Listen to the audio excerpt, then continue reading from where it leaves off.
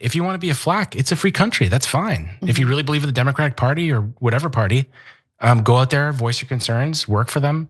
That's all fine. It's the lack of having a label on the food that tells people what the nutritional value is.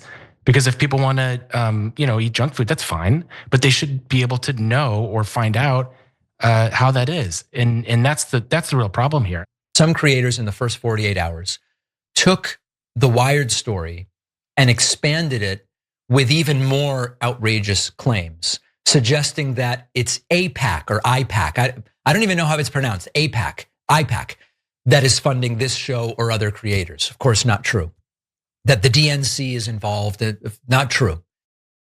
That was David Pakman. David Pakman is a longtime left-wing content creator, and he knows what AIPAC is. Let me just get that out of the way. But he put out a video essentially defending himself after Taylor Lorenz, reporting for Wired, had uncovered the fact that there was a dark money Democratic group essentially influencing left-wing influencers by paying them as much as $8,000 a month in order to, continue doing the content they're doing, but it's important to note that this group would also have some editorial control. So I'm not necessarily against content creators getting the bag, but I am against, various dark money groups having editorial control. And I want to be clear, we've had sponsors at TYT, we've had certain, advertising deals, whatever. Ain't nobody telling me what I'm gonna say on this show. I'm gonna say whatever the hell I want. And that's the important thing that matters here, right? So let me get to the details of the story itself. So this dark money group has been bankrolling left-wing influencers to toe the Democratic Party line specifically, while being advised to avoid disclosing that they were getting paid to do so. That's the other problem, like the fact that you're not revealing to your audience, disclosing the fact that you are being funded by this group. And so we'll give you some more of the creators, because it wasn't just David Pakman, of course, in just a minute. So the so-called nonprofit that was paying these influencers is called Chorus. They were being offered $8,000 per month to take part in a secretive program aimed at bolstering Democratic messaging on the internet. So the Chorus Creator Incubator Program is funded by a powerful liberal dark money group called the 1630 Fund. More than 90 influencers took part in this, and among them were Olivia Juliana, the centrist Gen Z influencer who spoke at the 2024 Democratic National Convention, at a time when a Palestinian surrogate for Kamala Harris wasn't allowed to speak because she happened to be Palestinian and they were terrified about that. You have Lauren Peretra, a former Playboy executive turned political influencer who hosts a podcast for Occupy Democrats. Suzanne Lambert, who has called herself a Regina George liberal. Ariel Fodor, who's an education creator with 1.4 million followers on TikTok. Sandra Jennings, a former TLC reality star and older brother of trans influencer Jazz Jennings. David Pakman, of course, and Lee McGowan, who goes by the online moniker Politics Girl, and dozens of others. Literally 90 people were involved in this. So the deal came with some strings attached, including one that I would never in a million years agree to. The creators who joined the incubator are expected to attend regular advocacy trainings and daily messaging check-ins. The idea that you could pay me to do more meetings, like not in a million years, okay? Those messaging check-ins are led by Cohen on rapid response days. The creators also have to attend at least 2 Chorus newsroom events per month, which are events Chorus plans, often with lawmakers. It mandated extensive secrecy about disclosing their payments and had restrictions on what sort of political content the creators could produce. And the dark money group also wanted editorial control, and that's really like the heart of the issue here, okay? So according to copies of the contract with which Taylor Lorenz obtained, okay, she's got the receipts, that's important here. Creators in the program must funnel all bookings with lawmakers and political leaders through Chorus. Creators also have to loop Chorus in on any independently organized engagements with government officials or political leaders. One creator who asked not to be named told Wired the following: "If I want to work with another politician, I have to fully collaborate with them. If I get, meaning with Chorus, if I get Zoran Mamdani and he wants to do an interview with me, I don't want to give them that.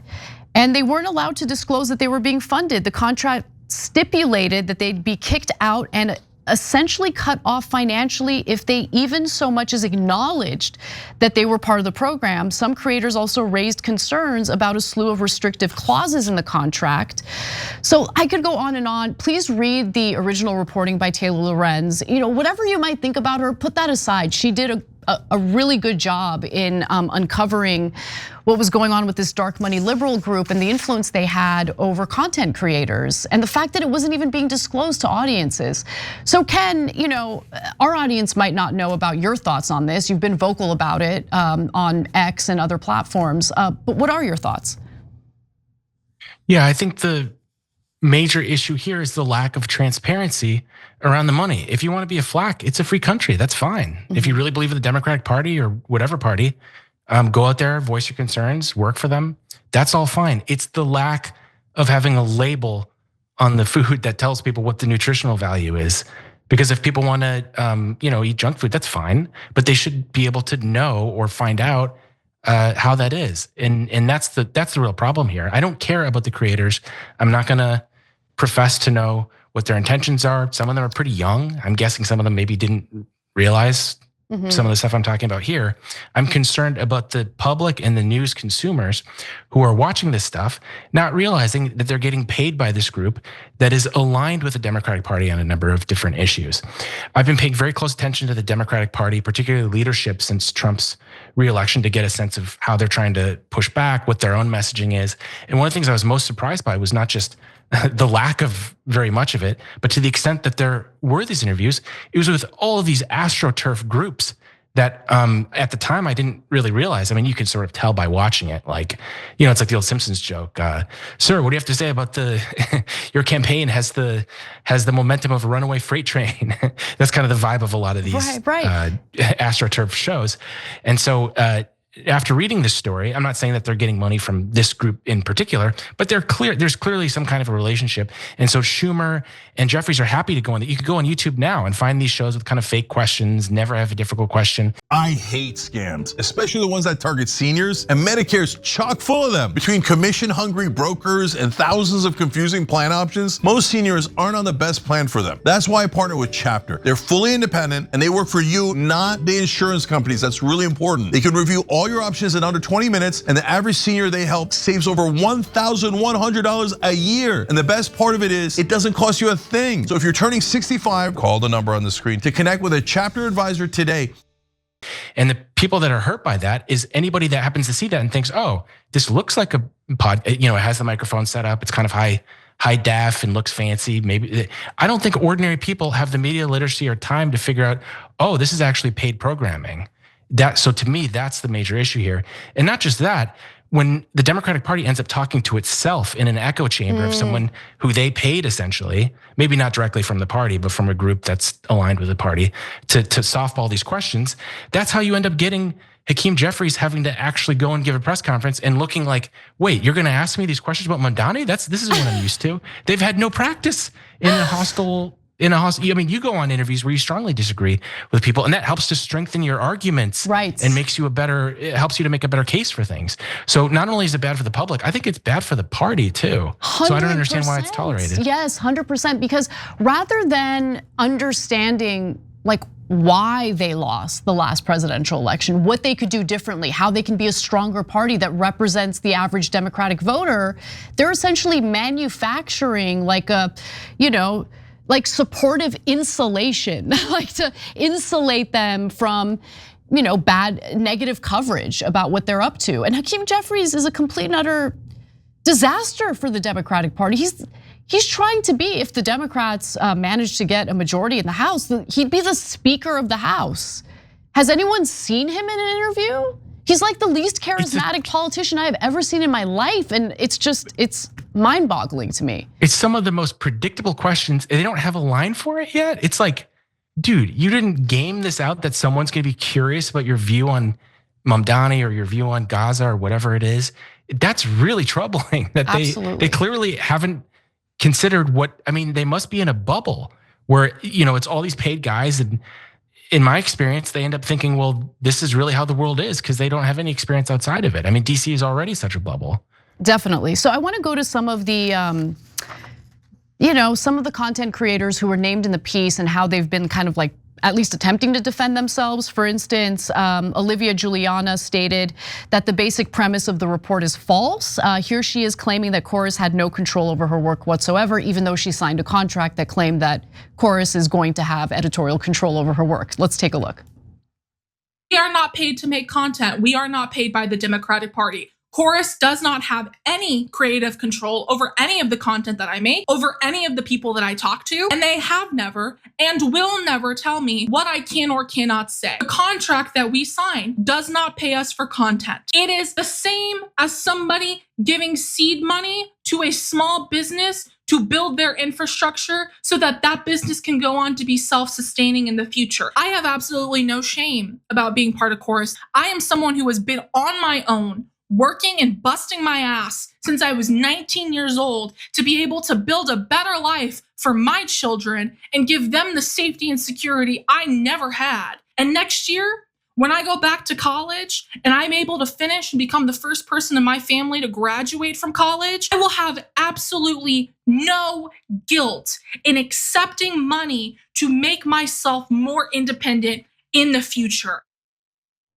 I want to go to graphic 8 here. It's an excerpt from Taylor Lorenz's reporting. And again, she has the receipt, she has the contract, okay, that these creators signed. And part of it, this is what it stipulates. They also forbid creators from disclosing the identity of any funder and give Chorus the ability to force creators to remove or correct content based solely on the organization's discretion if that content was made at a Chorus organized event. That sounds like editorial control to me, but I could be mistaken. What are your thoughts, Ken? Yeah, I'm actually more concerned about the soft forms of influence that exist.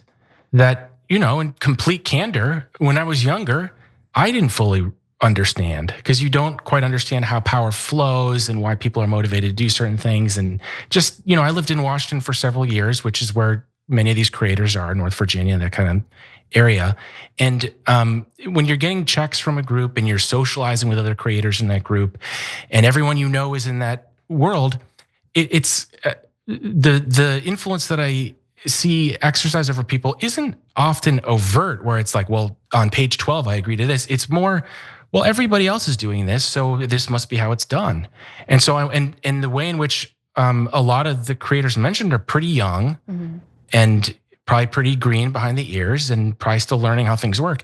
If you can keep their world contained in this little bubble of other creators like that, you could give the impression that doing stuff that I think from the outside a lot of people would see as icky. You give them the sense that, well, this is how it's done. This is how